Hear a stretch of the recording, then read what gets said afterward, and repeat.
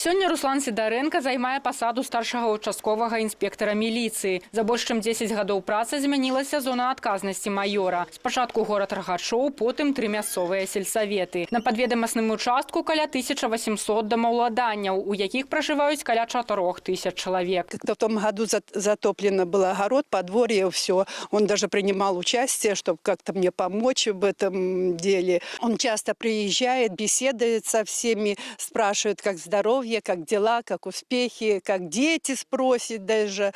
Ну, как бы я одна осталась жить, он навещает, спрашивает. Я знаю, что он поможет в любой момент и что к этому человеку можно обратиться. Нагоды, з якімі звяртаюцца розныя. Па кожным выпадку прымаецца законнае рашэнне. Галоўнае ў рабоце, як лічыць Руслан Сидоренко, давер з боку насельніцтва. З чэрвеня мінулага года Руслан Сидоренко праслаўляе сваю радзіму ў якасці лепшага участковага.